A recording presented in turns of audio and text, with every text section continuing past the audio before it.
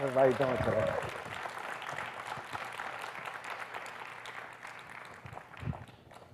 How's everybody doing today? How's everybody doing today? I titled my talk today, How Life is Like Lemonade. And I'm going to tell you guys how. But first, I want to give you guys a little bit about myself. I'm a model, a motivational speaker, an entrepreneur, a fashion designer, a shot put athlete, and I will be the mayor of New York City one day.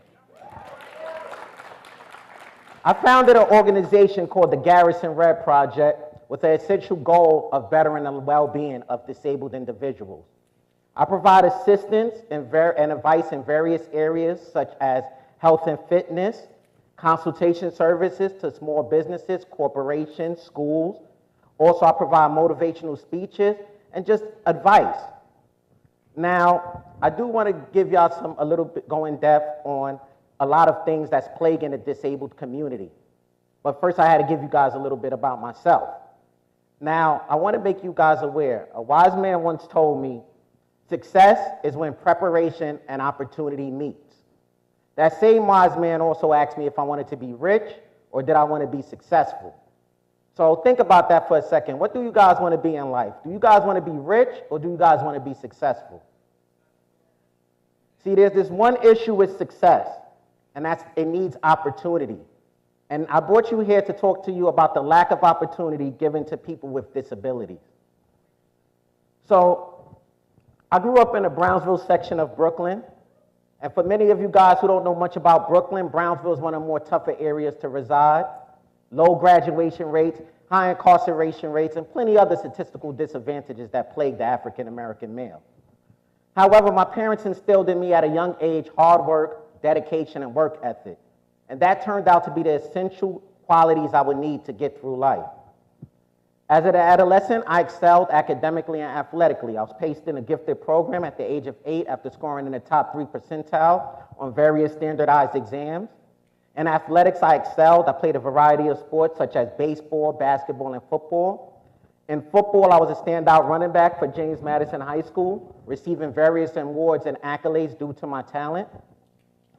And on a random summer night, however, tragedy happened. I was shot in my back, which left me paralyzed from the waist down.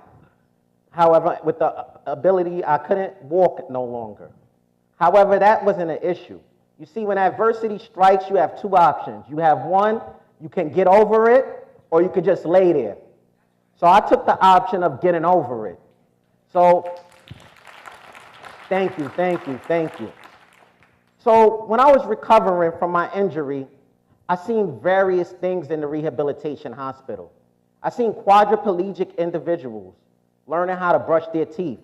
Now, for those of you guys who don't know much about quadriplegia, that's when you're paralyzed from the neck down with little to no ability to move your shoulders. So after seeing those individuals take an activity that we take for granted every day, learning how to redo something, after that, I was inspired. I was no longer bitter for the ability not to use my legs. I became grateful and thankful for the ability to use my arms. And you guys should feel the same way too. Y'all should be thankful that y'all have the ability to move your arms. So that's my lemons. We're going to make this lemonade now. So I'm going to give you the water for me, all right? And we're also going to stop using the word disabled today as well. And I'm going to give you a new term, but this is just for description purposes. Right now, we will use disabled. So, furthermore, I graduated from York College. This is the water now. My water was education and observation because you need education to compete. When you got things against you and you want to overcome them, you need education, you need knowledge. But the observation part was things I saw that was being overlooked in the disabled community. See, for every boat, it's easy to buy a boat, but it's hard to find a captain. So I said, I'll be that captain for the people that can't say anything or don't have anything they're afraid to say. So what I've observed is that, and I'm sure you guys don't know, but disabled individuals have the highest unemployment rate in this country. 70% of the disabled individuals in this country is currently unemployed. So I wanted to change that. See, with the odds stacked against you, you have to create change. Now, furthermore, the poverty rate is twice the amount of an able-bodied individual. Let alone the poverty rate is so high, but what is more alarming is that in New York, which is one of the most affluent cities in the world, one of the most expensive cities in the world, however, it's one of the biggest cities in the world. And the median average for disabled individuals that are employed is 38% in the country. New York falls below that at 33% and comes in at 32nd. So these numbers are real, and I could attest to that, because with all my qualifications, I was still being discriminated on against when I went into the workforce after graduating from college. Now, when I entered the workforce, I must have went over 20 interviews in a 2-year span. And sometimes disclosing my disability on applications, sometimes I didn't. However, out of those 20 interviews I went on, not one job called me back. So then I said, let me bring this issue to the attention of the mayor's office for people with disabilities, since I aspired to be the mayor one day. So when I brought this to their attention, I spoke with the assistant commissioner. Now, only one person at the mayor's office for people with disabilities is actually disabled, which is interesting. However, when I was at the mayor's office for people with disabilities, I was told that there was a position that was directly in line with my goals as far as promoting awareness to disabled individuals in this country and in New York City. And the assistant commissioner assured me that due to my hardship, she would call me for an interview. Now, I overcame adversity millions of times. So at that point, I was like, all right, I'll wait for your contact. If not, I'm a go-getter, so I'm going to contact you. And I'm going to keep contacting you until I get an answer. So I reached out multiple occasions. However, after about a month, I contacted the assistant commissioner. I said, you explained to me that after 1 week, you would contact me for an interview. You never did. However, I'm still interested. The assistant replied to me and said that the position was closed. So I said, the position was closed? How could that be? Why would she inform me that there's a position for me? And then that's when I realized there was a lot of nepotism and collusion. See, everybody at the mayor's office for people with disabilities, that if they was disabled and received a job, they had to be a member of a particular organization. Now, I said with my qualifications, why would I have to be a member of another organization if you're an equal opportunity employer? So that's when I said, you know what? I'm going to create change, because I don't like when collusion exists. Did you guys know that you have a better chance of having a felony on your record than to attain a job being in a wheelchair? Now, that's an alarming number of people that are unemployed that are qualified to be employed. But like my mother always said, if you don't like something, you change it. Don't wait for someone else to change it. So that's when, and here comes the sugar. That's when I founded the Garrison Red Project. The reason why I founded the Garrison Red Project, because I started realizing that maybe it's not so much the individual, maybe I need to educate employers on the capabilities of individuals with disabilities.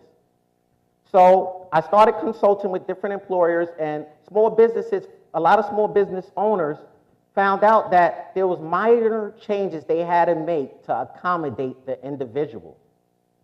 So after doing that, I felt encouraged, and I said, you know what, I'm not going to stop there. I became motivated. I became motivated to do something impactful. I became motivated to create change. But most of all, I became motivated to better the lives of other individuals. So at the Garrison Red Project, I provide free advice, I provide free resources in a variety of areas with the essential goal, like I told you in the beginning, of bridging the gap between employer and individual. Now, from this moment on, we are no longer going to refer to disabled people as disabled. From now on, we're going to call these individuals abled with limitations. The reason why it should be able with limitations, say for instance there's a multiple floor building and there's no elevator present or the elevator's out of service. No matter what, I still could get to the next flight, whether I have to scoot up the stairs or if someone has to carry me up the stairs. The fact of the matter is, I still could get to the next flight. Now, here I'm going to give you guys, thank you. Now here, I'm going to give you guys the sugar. Because in order to make lemonade, we got the lemons, we got the water, we need the sugar. See, the sugar is hard work, dedication, ambition, and courage. The reason why that's the sugar, because it's embodied in me. This was born. I didn't need to go to school to have these qualities. I was born with them. And since I was born with them, the only way I would be beneficial to the world is if I give these qualities off to each individual I encounter on a day-to-day basis. So I know, so y'all ever took into consideration, see, for instance, I had a job that was 40 miles away from where I lived, and it started at 6 in the morning. However, I knew that I had to make it to that job every day on time because it was going to open a door for someone else. And someone else was going to be able to attain a position in employment to better themselves and to become more independent. So that's what I set out to do. Now, I do want to get into something. The first way of achieving a success is by getting to a location or your destination on time. So y'all heard of ride-sharing programs such as Uber and Lyft. Am I correct? Did you know there's no way to disclose on a ride-sharing application that you are disabled? So, for instance, if your ride comes to escort you wherever you need to go, if you're not outside in 2 minutes, that car could leave you and charge your credit card. So I felt that was unfair. Also, I felt the train stations. There are a limited amount of accessible train stations in New York City.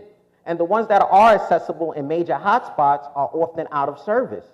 So how is individuals going to actually make it to their employer on time if they don't have a way of getting there? And then furthermore, to adapt a brand new car, they can upcharge your car by 30% for 2 molded pieces of metal molded together. But the funny thing is we have autonomous cars now. So why can't you give me a car that could drive me? Why do I have to pay extra? And mind you, I'm at a disadvantage as far as income. So that was one of the main goals of the Garrison Red Project. It was to showcase some of my talents, some of the things I can do in an effort of bridging the gap between individual and employer. Because if they see some of our capabilities, they would be more enlightened and they would be more willing to give us employment. Now, what I do have is the ice. In order to create this lemonade, you need the ice. Everybody knows how refreshing lemonade can be on a hot summer day. So each of us is the ice, meaning you're the ice. You could give somebody an opportunity to make their lemonade more refreshing. You could give someone an opportunity to further themselves in life. So today what I want you guys to do, since I'm a leader and not a follower, I want us to stand together. And I'm going to stand with you guys, and we're going to take a pledge.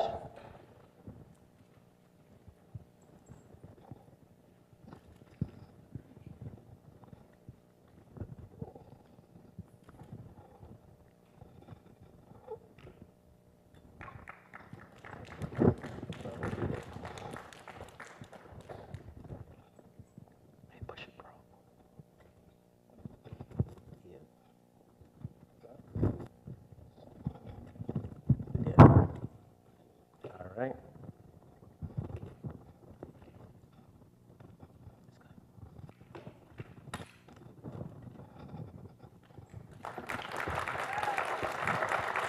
Everybody stand with me and we're going to take a pledge. From this moment on, we will give someone ice to make their lemonade refreshing. Everybody, please reach out to me, Garrison Red, on email, GarrisonRed36, Instagram, Big Money G, GarrisonRedProject.org. Just reach out. I need ice for the book I want to write. I need ice for a film I want on my life. I need ice to become mayor, and you guys got the ability to do so. Thank you.